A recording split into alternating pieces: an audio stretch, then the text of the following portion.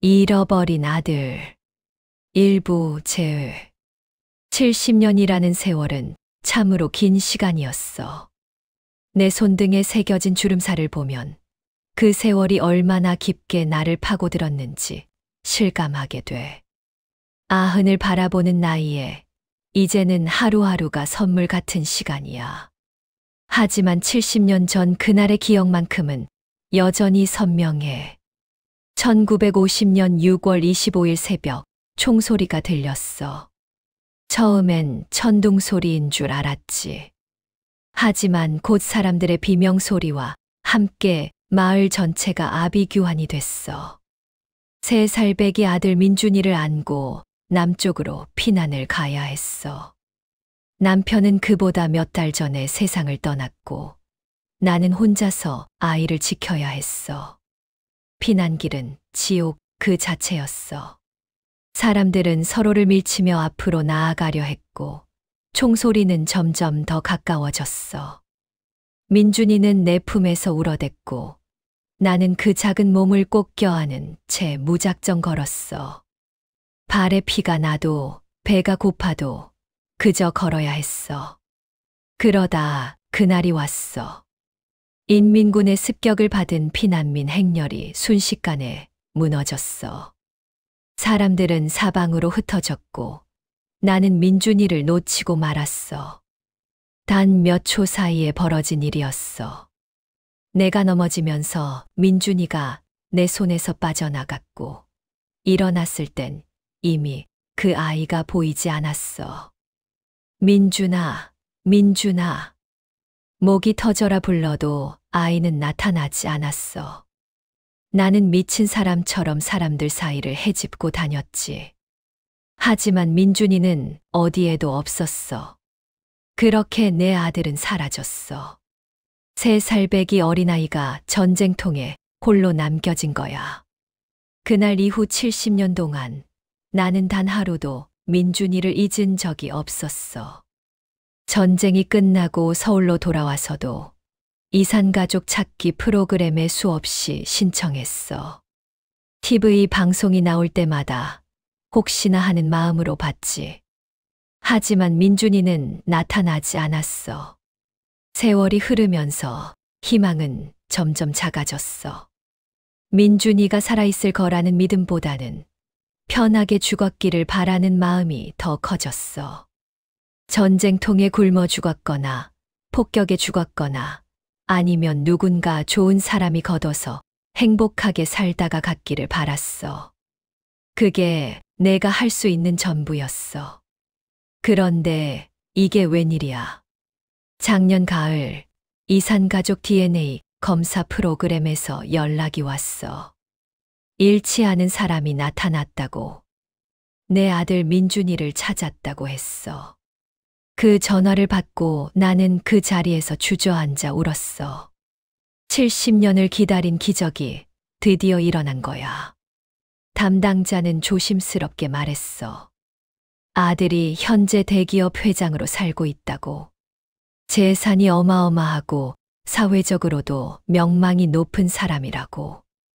나는 그런 건 중요하지 않았어. 내 아들이 살아있다는 것, 그것만으로도 충분했어. 하지만 담당자의 다음 말에 가슴이 철렁했어. 아들이 만남을 거부하고 있다고. DNA 검사 결과를 믿지 않는다고. 자신에게는 어머니가 따로 있다고 했대. 나는 이해할 수 없었어. 왜 내 아들이 나를 거부하는 거지? 어머니, 그분이. 사실은 좀 복잡한 상황이에요. 담당자가 조심스럽게 꺼낸 이야기를 듣고 나는 온몸이 얼어붙었어. 민준이를 키운 사람이 누군지 알게 됐거든. 그 이름을 듣는 순간 나는 70년 전으로 돌아갔어. 김태식. 그 이름을 어떻게 잊을 수 있겠어.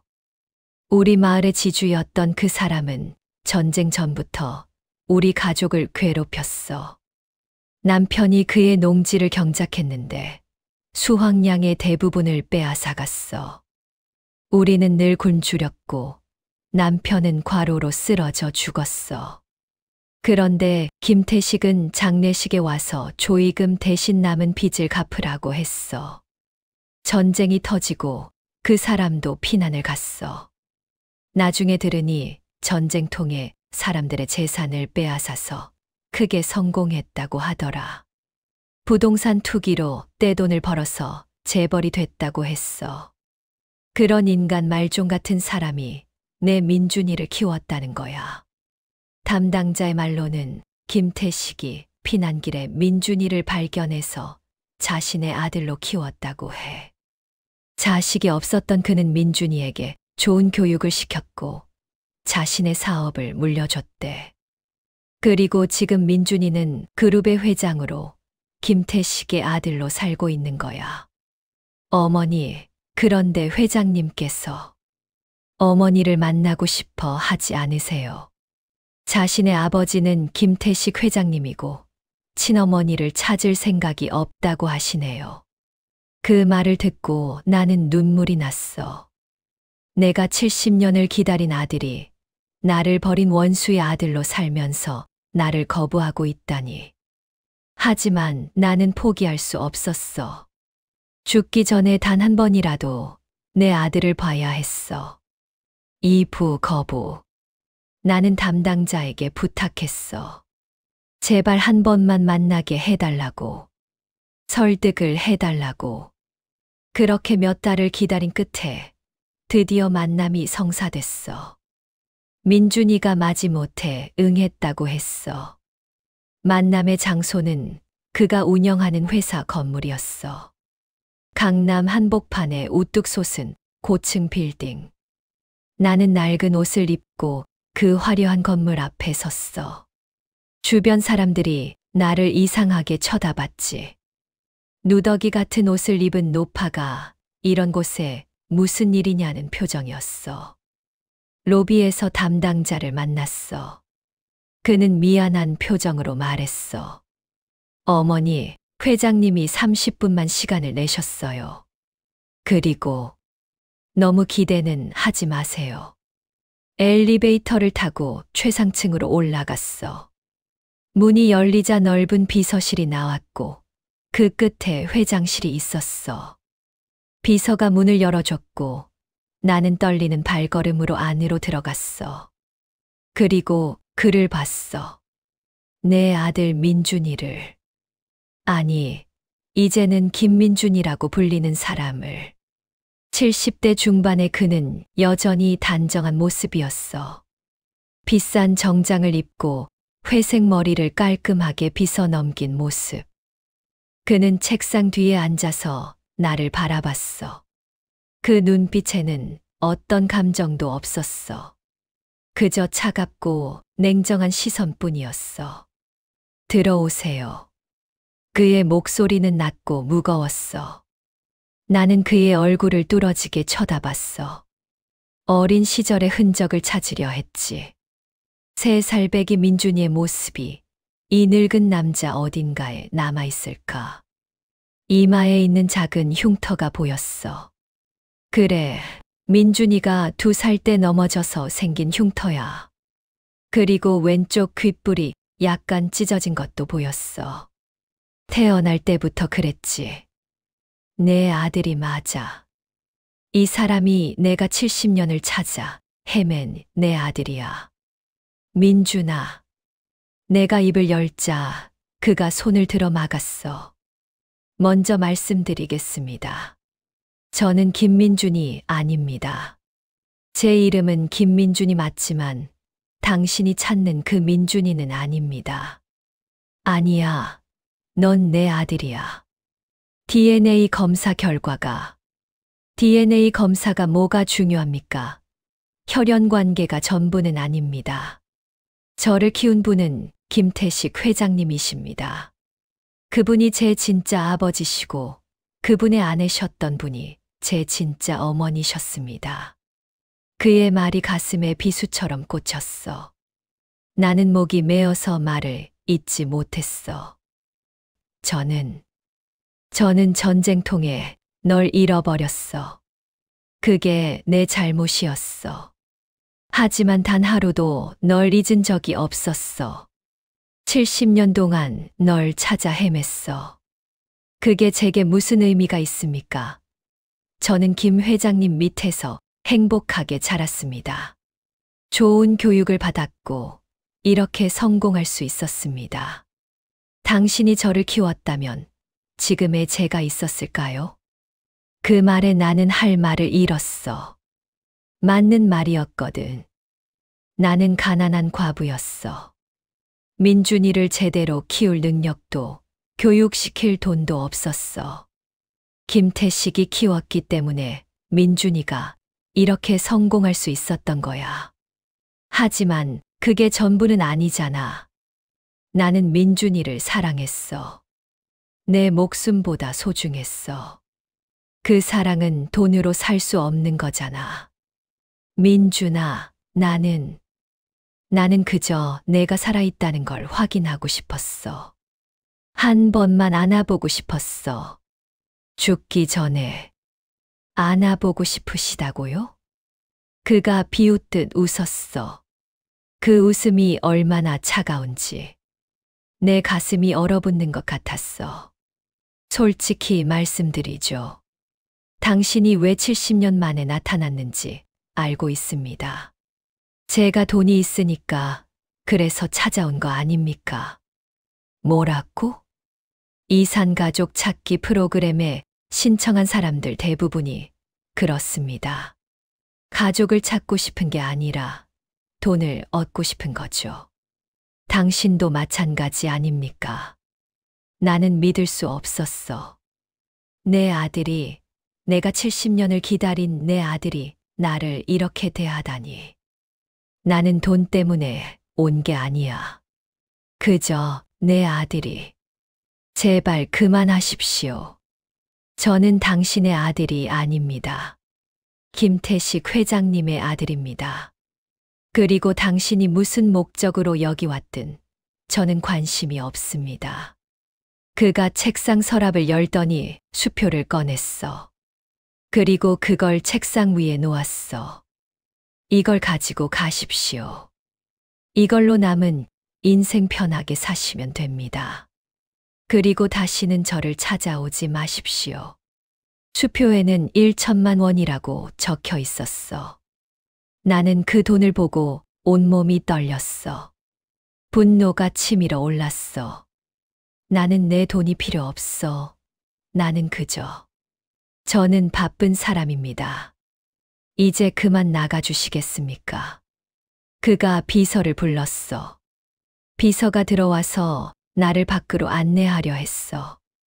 나는 버텼어. 아직 할 말이 남았어. 민준아, 제발. 경비를 부르겠습니다. 조용히 나가주십시오. 결국 나는 쫓겨났어. 경비들이 나타나서 나를 엘리베이터까지 끌고 갔어. 나는 울면서 소리쳤어. 민준아, 나는 내 엄마야. 너를 낳아서 키운 엄마라고. 하지만 그는 회장실 문을 닫아버렸어. 나는 로비까지 끌려 내려왔고 건물 밖으로 내쳐졌어. 길거리에 주저앉아서 한참을 울었어. 산부, 모욕. 그 일이 있고 며칠 후 나는 병원에 입원하게 됐어. 그날의 충격이 너무 컸던 거야. 가슴이 아프고 숨이 차서 응급실에 실려갔어. 의사는 심장에 무리가 왔다고 했어. 나이를 생각하면 당연한 일이라고. 입원비가 문제였어. 나는 기초생활수급자로 근근히 살아왔거든. 평생 모은 돈도 별로 없었고 정부 지원금으로 겨우 생활했어. 병원비는 감당할 수 없는 금액이었어. 병실에 누워있는데 낯선 남자가 들어왔어. 40대쯤 돼 보이는 잘생긴 남자였어. 비싼 정장을 입고 손목에는 반짝이는 시계를 차고 있었어. 누구세요? 저는 김준서라고 합니다. 김민준 회장의 아들입니다. 내 손자였어. 내가 한 번도 본 적 없는 손자. 나는 그를 똑바로 쳐다봤어. 민준이의 모습이 조금 보이는 것 같기도 했어. 손자, 내 손자구나. 할머니라고 부르지 않겠습니다. 당신을 할머니로 인정할 수 없으니까요. 그의 말투도 민준이와 똑같이 차가웠어. 역시 그 아버지의 그 아들이야. 아버지께서 당신이 병원에 입원했다는 소식을 들으셨습니다. 그래서 저를 보내셨어요. 나는 가슴이 뛰었어. 혹시 민준이가 마음을 바꾼 걸까? 나를 걱정해서 손자를 보낸 걸까? 정말 민준이가 착각하지 마십시오. 아버지께서는 당신이 병원비를 못 내서 언론에 나가는 걸 원하지 않으십니다. 그래서 제가 이걸 가져왔습니다. 준서가 봉투를 꺼냈어. 그리고 그걸 내 침대 위에 던졌어. 말 그대로 던진 거야. 마치 쓰레기를 버리듯이. 500만 원 들어 있습니다. 병원비 내고 조용히 사라지세요. 그리고 다시는 우리 가족 앞에 나타나지 마세요. 나는 그 봉투를 보며 손이 떨렸어. 분노 때문인지 슬픔 때문인지 알 수 없었어. 나는 돈이 필요해서 찾아간 게 아니야. 그저 내 아들을. 아들이요. 우스운 소리 하지 마세요. 당신이 아버지를 버렸잖아요. 전쟁통에 아이를 잃어버렸다고 하지만 사실은 버린 거 아닙니까? 너무 가난해서 키울 수 없어서 일부러 버린 거 아닙니까? 그게 무슨 말이야? 나는 절대 할머니, 아니 그냥 아주머니라고 부르겠습니다. 저희 할아버지 김태식 회장님께서 아버지를 얼마나 잘 키우셨는지 아십니까? 최고의 교육을 시키셨고 사업도 물려주셨어요. 당신이 키웠다면 아버지가 이렇게 성공할 수 있었을까요? 같은 말이었어. 민준이가 했던 그 말. 맞는 말이야. 나는 민준이를 제대로 키울 수 없었을 거야. 하지만 그게 내 잘못인가? 전쟁이 내 잘못인가? 나는 최선을 다했어. 전쟁통에. 변명 그만하세요. 솔직히 말해서 당신 같은 사람 때문에 우리 가족이 피해를 봐요. 언론에 나가서 재벌이 친어머니를 버렸다. 이런 식으로 떠들어대면 우리 회사 이미지에 타격이 가거든요. 나는 그런 생각 없어. 나는 그래서 이렇게 돈을 드리는 겁니다. 500만 원이면 충분하죠. 병원비 내고도 남을 거예요. 이걸 받고 조용히 사라지세요. 준서가 냉소를 띤 얼굴로 나를 내려다봤어. 그 눈빛이 너무 차가워서 나는 몸서리를 쳤어. 그리고 혹시라도 언론에 나가거나 SNS에 글을 올리거나 우리 가족을 괴롭히면 법적 조치를 취하겠습니다. 명예훼손으로 고소할 거고 당신은 감옥에 가게 될 겁니다. 내가 뭘 잘못했다고? 잘못이요? 당신이 아버지를 버린 게 잘못 아닙니까? 70년 동안 나타나지 않다가 이제 와서 나타나서 내 아들이야 이러는 게 잘못 아닙니까? 나는 더 이상 참을 수 없었어. 침대에서 일어나서 소리쳤어. 나는 민준이를 버린 적 없어.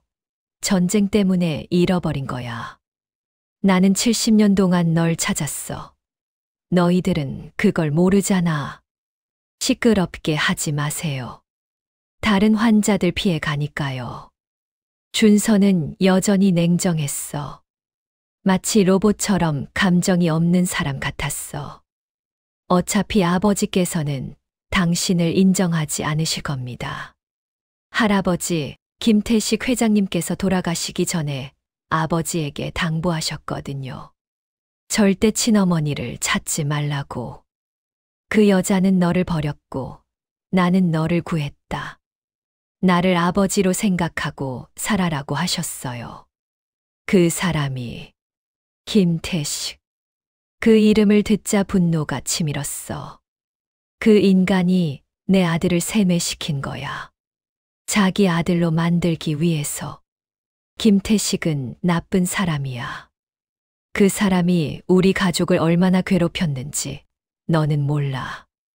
내 할아버지가 그 사람 때문에 과로로 죽었어. 우리를 착취하고 괴롭히고. 할아버지를 욕하지 마세요. 준서가 처음으로 감정을 드러냈어. 분노에 찬 얼굴로 나를 노려봤어. 할아버지는 훌륭한 분이셨어요. 전쟁고였던 아버지를 거두셨고 자기 친아들처럼 키우셨어요. 당신 같은 사람이 할아버지를 욕할 자격은 없어요. 나는 사실을 말하는 거야. 김태식은. 닥치세요. 준서가 소리를 질렀어. 그리고 주머니에서 명함을 꺼내더니 내 침대 위에 던졌어. 변호사 명함이에요. 혹시라도 우리 가족을 괴롭히면 이 변호사가 당신을 고소할 겁니다. 명심하세요. 준서가 돌아서서 나가려 했어. 나는 마지막으로 소리쳤어. 너는 내 손자야. 내 피를 받은 손자라고. 제 할머니는 김태식 회장님의 부인이셨던 분입니다. 당신이 아니에요. 문이 쾅 닫히면서 준서가 나갔어. 나는 혼자 병실에 남겨졌어. 침대 위에는 500만 원이 든 봉투와 변호사 명함이 놓여 있었어. 나는 그걸 보며 한참을 울었어. 70년을 기다려서 만난 아들과 손자가 나를 이렇게 대하다니. 나를 꽃뱀 취급하고 돈을 던져주며 사라지라고 하다니. 그날 밤 나는 잠을 이룰 수 없었어. 분노와 슬픔이 뒤섞여서 가슴을 짓눌렀어. 내가 뭘 잘못한 거지? 전쟁이 내 잘못인가? 민준이를 잃어버린 게 내 잘못인가? 아니야. 내 잘못이 아니야. 김태식이 잘못한 거야. 그 사람이 내 아들을 세뇌시킨 거야. 자기 아들로 만들기 위해서. 그리고 지금 민준이는 그 사람의 꼭두각시가 되어서 나를 거부하고 있는 거야. 사부, 진실.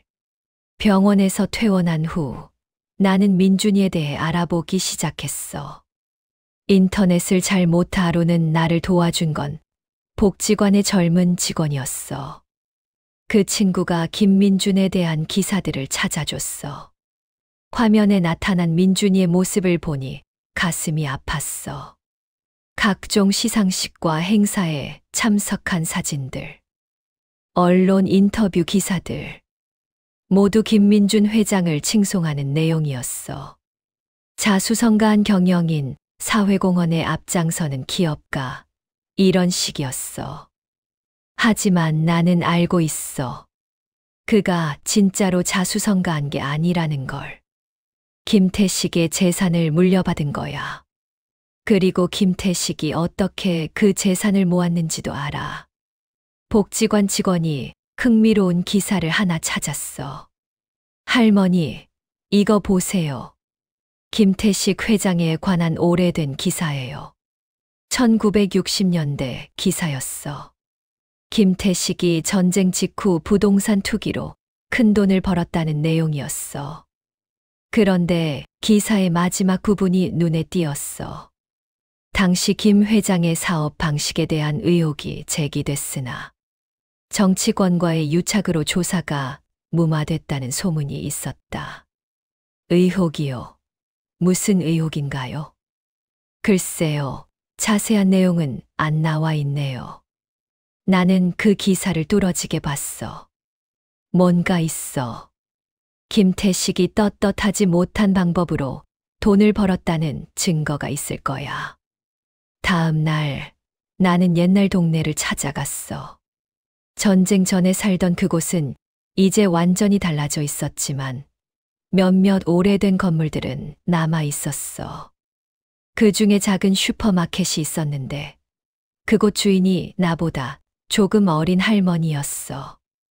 혹시 김태식이라는 사람 기억하세요?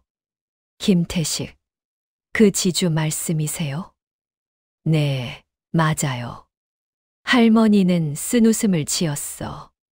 그 양반 전쟁통에 사람들 재산 빼앗아서 부자 됐다고 동네에서 욕 엄청 먹었죠. 우리 아버지도 그 양반한테 땅을 빼앗겼어요. 어떻게 빼앗았는데요? 피난 가는 사람들한테 헐값에 땅을 사들였대요. 그리고 전쟁 끝나고 땅값이 오르니까 엄청난 돈을 벌었다고 해요. 근데 그게 다가 아니에요. 할머니가 목소리를 낮췄어. 소문으로는 김태식이 어떤 문서를 가지고 있다고 해요. 그 문서에 자기가 어떻게 땅을 모았는지, 누구한테 매물을 줬는지 다 적혀 있다고.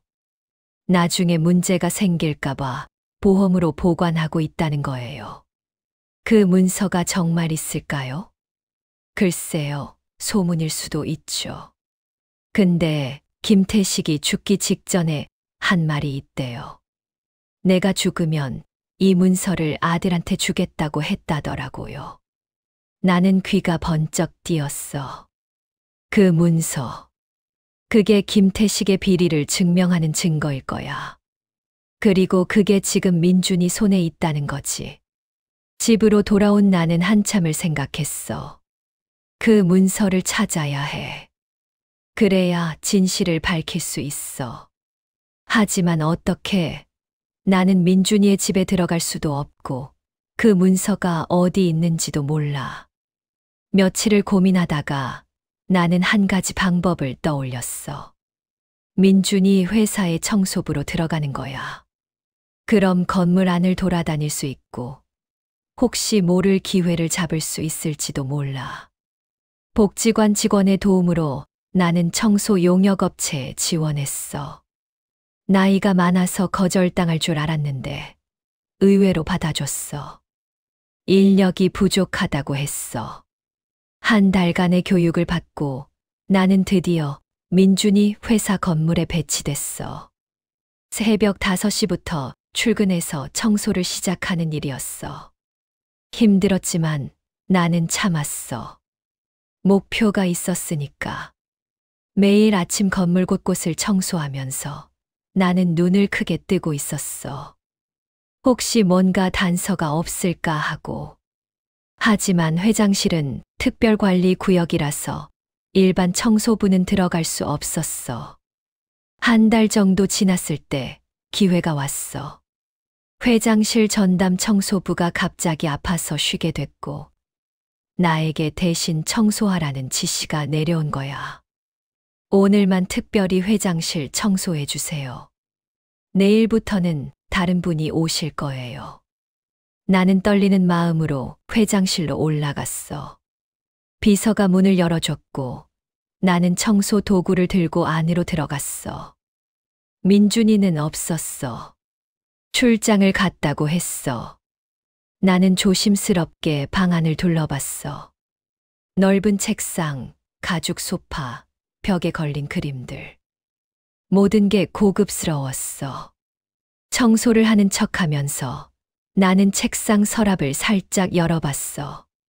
서류들이 가득했지만 내가 찾는 문서는 없었어.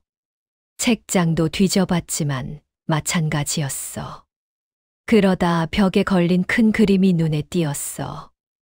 뭔가 이상했어. 다른 그림들은 액자가 벽에 딱 붙어 있는데 그 그림만 약간 튀어나와 있었어. 나는 주변을 살피고 그림에 다가갔어. 그림을 살짝 들어 올리자 뒤에 작은 금고가 있었어.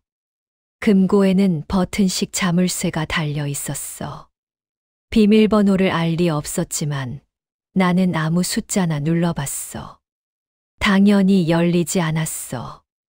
그런데 그때 금고 위에 작은 메모지가 붙어 있는 걸 발견했어. 0625. 그 숫자를 보고 나는 가슴이 철렁했어. 6월 25일. 전쟁이 터진 날. 민준이가 나를 잃어버린 날. 김태식이 민준이를 주운 날. 손이 떨렸지만 나는 그 숫자를 눌렀어. 딸깍 소리와 함께 금고가 열렸어. 안에는 낡은 장부 한 권이 있었어. 나는 그걸 꺼내서 펼쳤어. 그리고 숨이 멎는 것 같았어. 장부에는 김태식의 거래 내역이 빼곡히 적혀 있었어. 1950년대부터 1970년대까지 누구에게서 얼마의 땅을 샀는지, 누구에게 뇌물을 줬는지, 어떤 정치인과 거래했는지 전부 기록돼 있었어. 그 중에 내 눈을 사로잡은 건 한 페이지였어. 1950년 7월. 피난민들의 토지 문서 대량 매입. 평당 10원. 실제 시세 100원. 1950년 8월. 서울수복 후 토지 등기.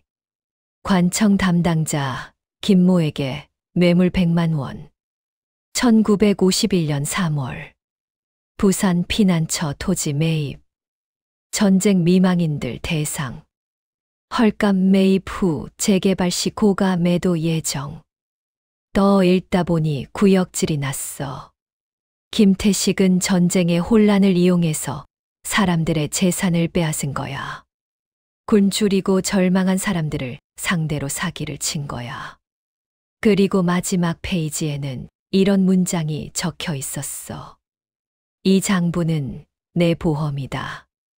혹시라도 문제가 생기면 이걸 증거로 협박하겠다. 내가 죽으면 민준이에게 물려줄 것. 민준아, 이 장부를 잘 보관해라. 우리 가족을 지키는 무기다. 나는 장부를 가슴에 꼭 안았어. 이거야. 이게 김태식의 비리를 증명하는 증거야. 이걸로 진실을 밝힐 수 있어. 하지만 그때 뒤에서 목소리가 들렸어. 거기서 뭐 하는 거요? 나는 깜짝 놀라 돌아봤어.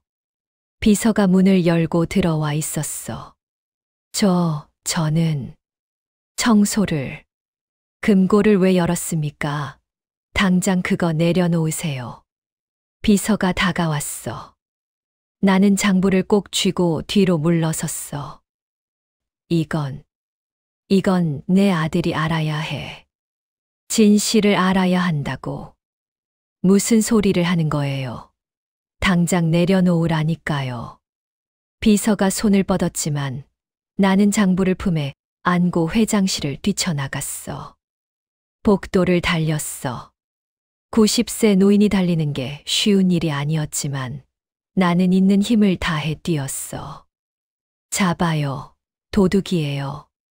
뒤에서 비서의 목소리가 들렸어. 경비들이 나타났지만 나는 계단을 통해 아래로 내려갔어.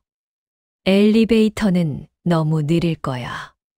숨이 차고 다리가 후들거렸지만 나는 멈추지 않았어. 1층까지 내려가서 로비를 가로질러 밖으로 뛰쳐나갔어. 거기 서요. 경비들이 쫓아왔지만 나는 택시를 잡아탔어. 빨리 출발해 주세요. 택시가 출발하고 나는 뒤를 돌아봤어. 경비들이 허둥대며 서 있었어. 나는 가슴에 품은 장부를 만지며 안도의 한숨을 쉬었어. 집에 돌아온 나는 장부를 펼쳐놓고 자세히 읽었어. 읽으면 읽을수록 분노가 치밀었어. 김태식이 얼마나 많은 사람들을 착취했는지, 얼마나 더러운 방법으로 돈을 벌었는지 알 수 있었어.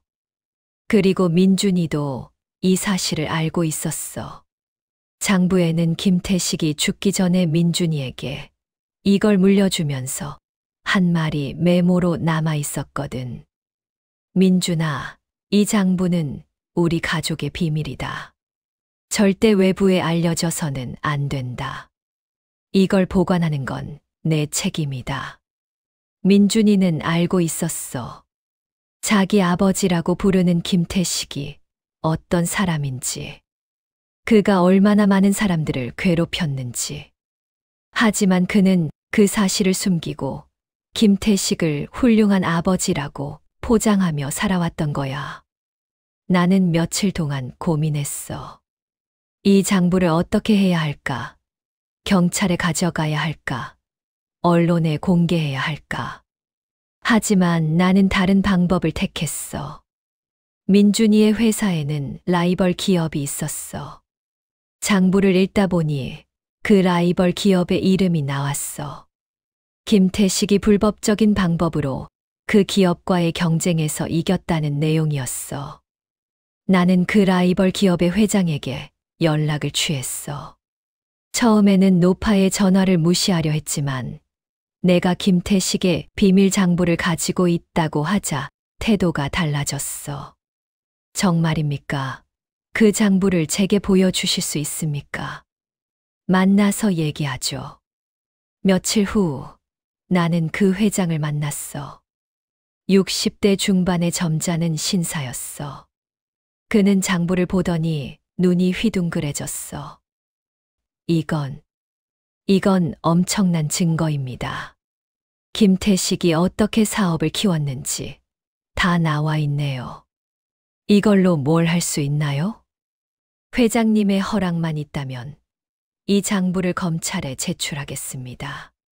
그리고 김민준 회장의 회사가 불법적으로 축적한 재산이라는 사실을 밝히겠습니다.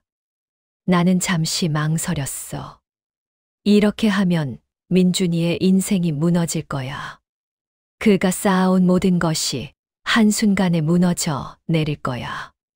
하지만 민준이는 나를 거부했어. 나를 꽃뱀 취급했고 돈을 던져주며 사라지라고 했어. 그의 아들 준서는 나를 모욕했어. 그들은 내가 70년 동안 겪은 고통을 전혀 이해하지 못했어. 그리고 무엇보다 진실을 밝혀야 했어. 김태식이 얼마나 나쁜 사람이었는지, 민준이가 그 사실을 알면서도 숨기고 있다는 걸 세상에 알려야 했어. 하세요. 이 장부를 검찰에 제출하세요. 정말 괜찮으시겠습니까? 회장님의 아들이. 그 사람은 이미 내 아들이 아니에요. 김태식의 아들이에요. 나는 70년을 기다렸지만 그는 나를 어머니로 인정하지 않았어요.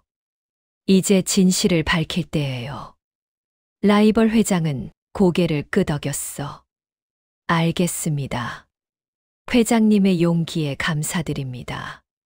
장부가 검찰에 제출된 건 일주일 후였어. 그리고 그로부터 며칠 뒤 뉴스에서 대서특필됐어. 김민준 회장 회사 창립 비리 의혹. 검찰 수사 착수. 전쟁통 불법 토지 매입으로 시작된 재벌 기업. 김태식 전 회장의 비밀 장부 공개. 충격적인 내용. 언론은 이 사건을 연일 보도했어. 김태식이 어떻게 재산을 모았는지, 얼마나 많은 사람들을 착취했는지 상세히 알려졌어.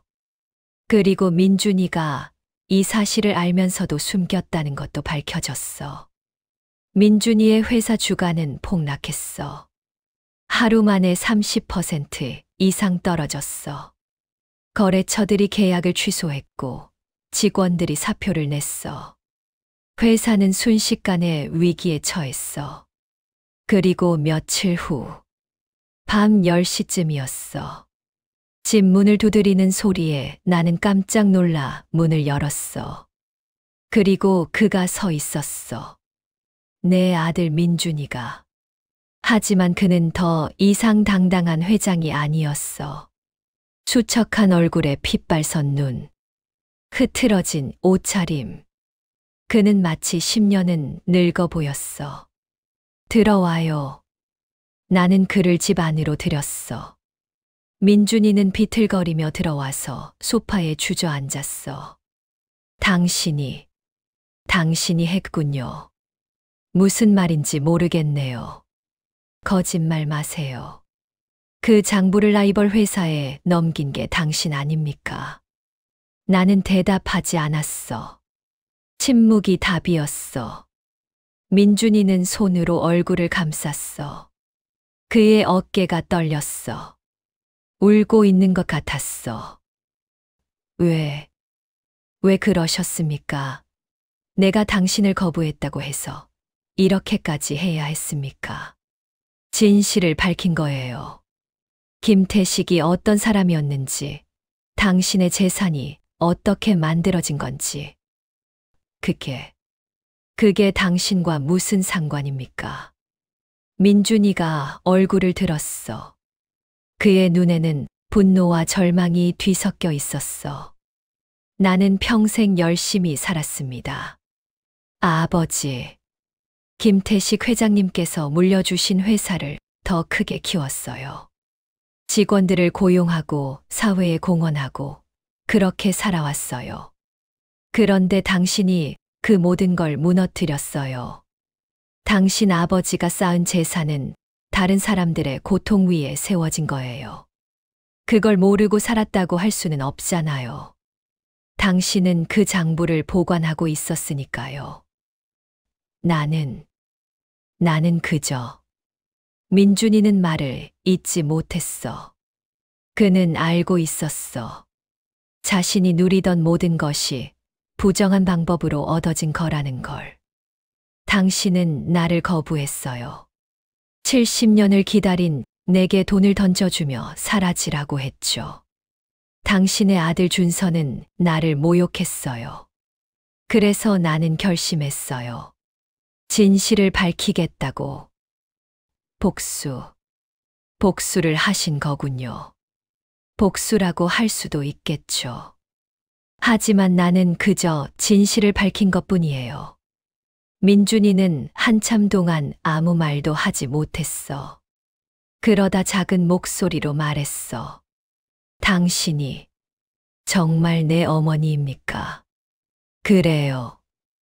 나는 당신을 낳았고 3살까지 키웠어요. 전쟁 때문에 당신을 잃어버렸지만 단 하루도 잊은 적이 없었어요. 나는 아무것도 기억나지 않습니다. 어렸을 때의 기억은 전부 아버지, 김태식 회장님과 함께한 것뿐이에요.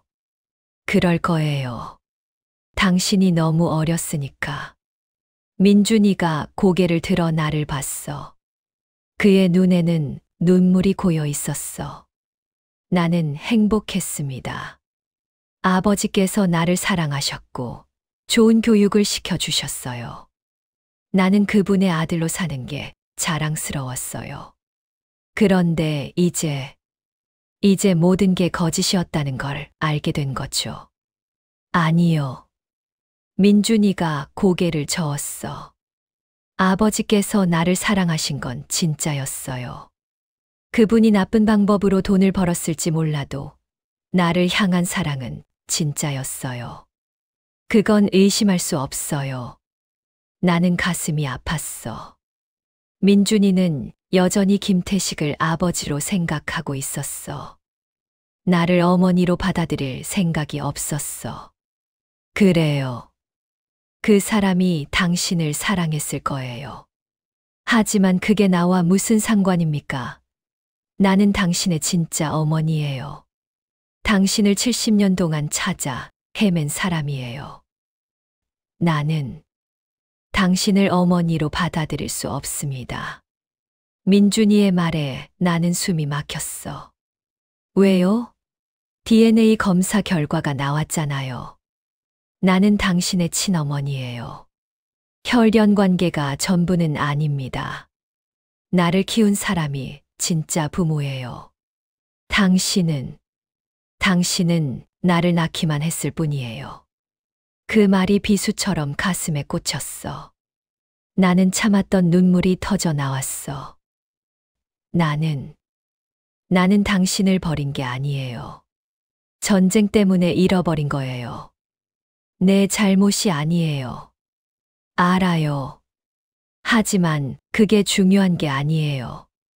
나는 당신의 기억이 없어요. 당신과의 추억도 없고 당신에 대한 감정도 없어요. 당신은 나에게 그저 낯선 노파일 뿐이에요. 민준아, 이제 그만 가보겠습니다. 민준이가 일어섰어. 나는 그의 팔을 붙잡았어. 기다려요. 우리 얘기 좀 더 해요.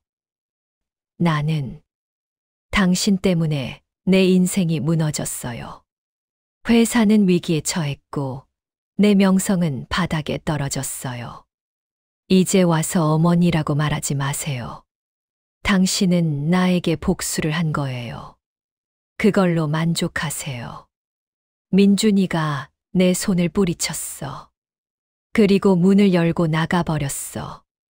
나는 그의 뒷모습을 보며 주저앉아 울었어. 민준이가 떠난 후 나는 며칠 동안 잠을 이루지 못했어. 그의 말이 계속 머릿속을 맴돌았어.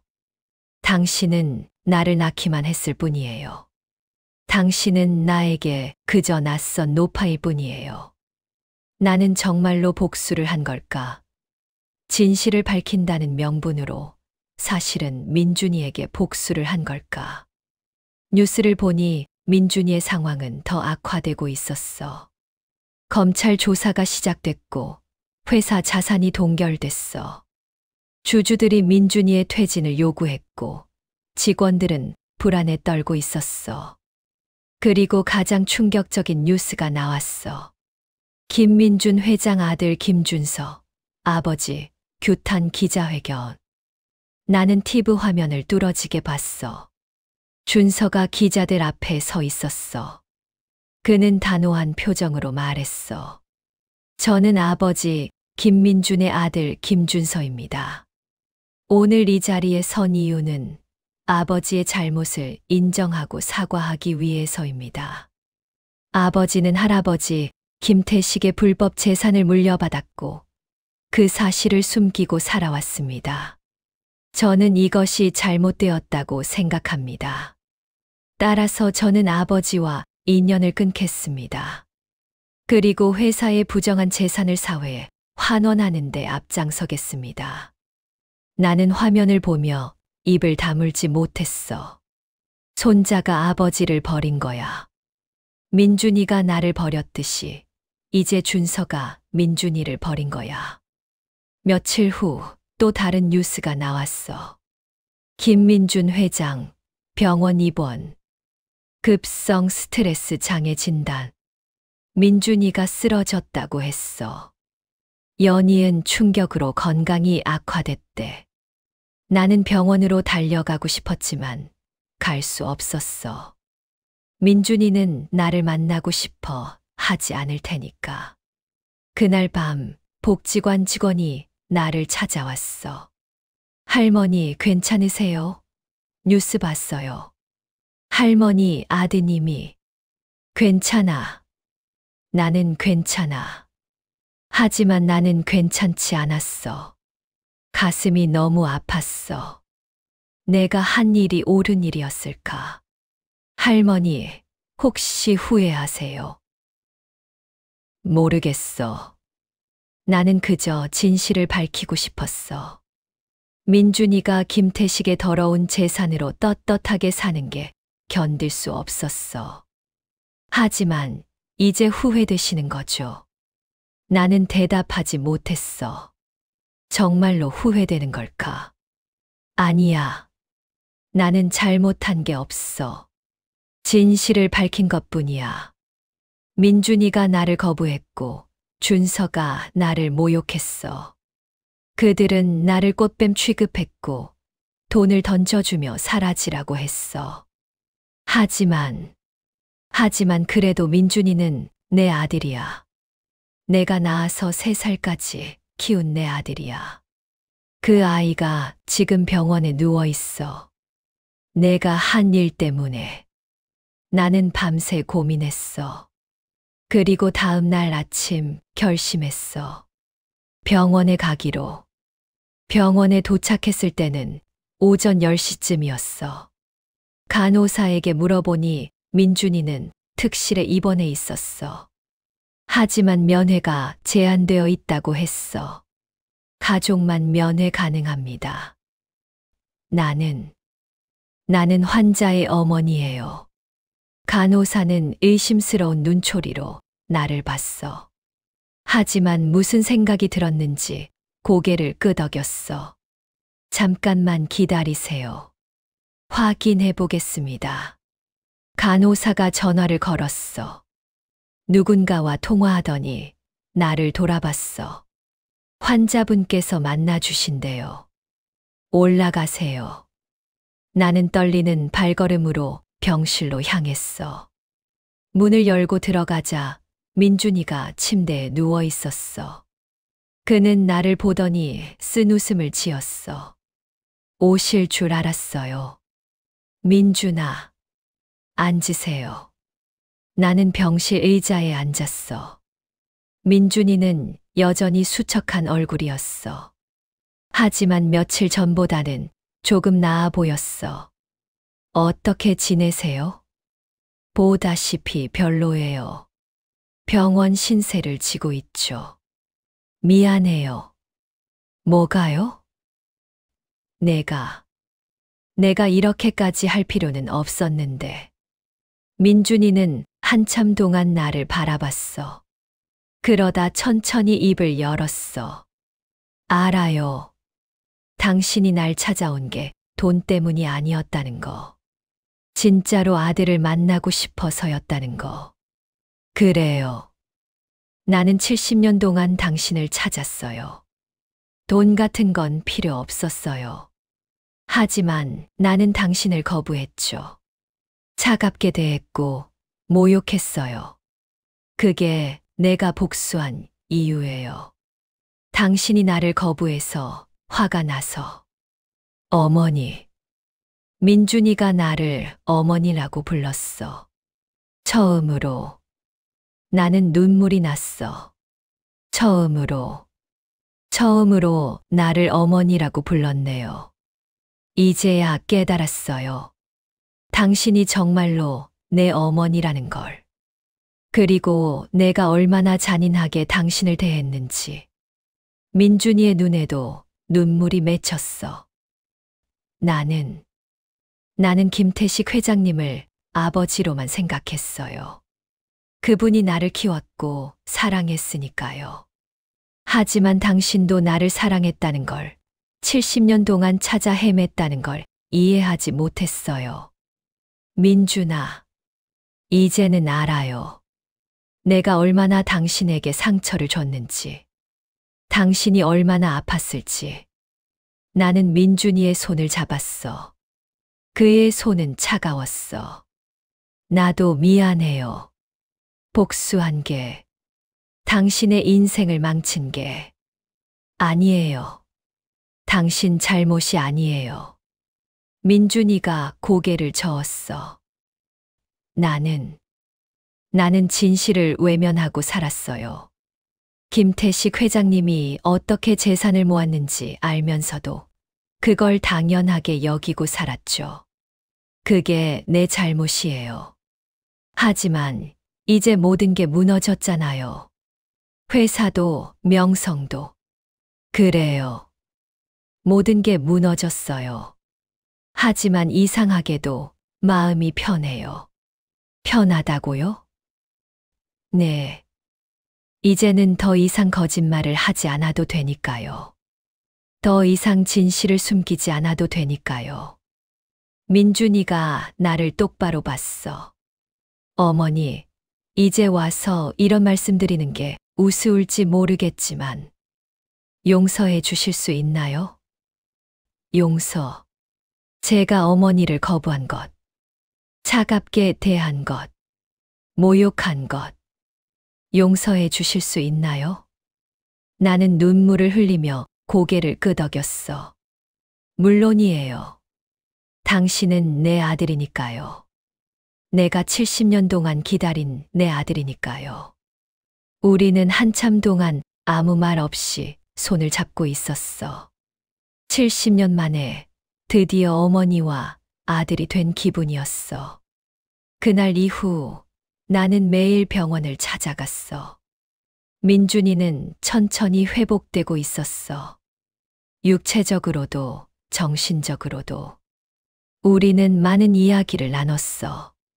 내가 70년 동안 어떻게 살았는지, 민준이가 어떻게 자랐는지, 서로에 대해 알아가는 시간이었어. 어머니, 어린 시절 제 기억은 정말 하나도 없어요. 가장 오래된 기억은 5살쯤 김태식 회장님 집에서 노는 거예요. 그럴 거예요. 넌 3살에 헤어졌으니까. 하지만 나는 기억해요. 내가 얼마나 귀여운 아이였는지. 맨날 웃고 잘 먹고 엄마 엄마 하고 졸졸 따라다녔어. 정말요? 그럼 넌 내 보물이었어. 남편이 죽고 나서 너만이 내 삶의 이유였어. 민준이는 눈시울을 붉혔어. 그런 소중한 아이를 전쟁통에 잃어버리셨으니 얼마나 괴로우셨을까요? 말도 못해. 그날 이후로 단 하루도 편히 잔 적이 없어. 꿈에서 계속 내가 나타나서 엄마 어디 있어? 하고 울었어. 어머니. 하지만 이제 널 찾았어. 70년이 걸렸지만 드디어 널 찾았어. 우리는 서로를 껴안았어. 처음으로 어머니와 아들로서 포옹하는 거였어. 며칠 후 준서가 병원을 찾아왔어. 그는 아버지를 규탄하는 기자회견을 한 후 처음으로 나타난 거였어. 민준이는 준서를 보더니 쓸쓸하게 웃었어. 왔구나. 아버지. 준서는 머뭇거리며 방 안으로 들어왔어. 그리고 나를 보더니 깊게 고개를 숙였어. 할머니, 죄송합니다. 제가 할머니께 너무 심한 말씀을 드렸습니다. 괜찮아요. 아니에요. 저는 할머니를 모욕했어요. 돈을 던져주고 사라지라고 했어요. 용서를 구할 자격도 없지만 정말 죄송합니다. 준서의 눈에 눈물이 맺혔어. 그는 진심으로 후회하고 있었어. 준서야, 내 기자회견 봤어. 왜 그랬니? 민준이가 물었어. 준서는 아버지를 보며 말했어. 아버지를 지키려고 했어요.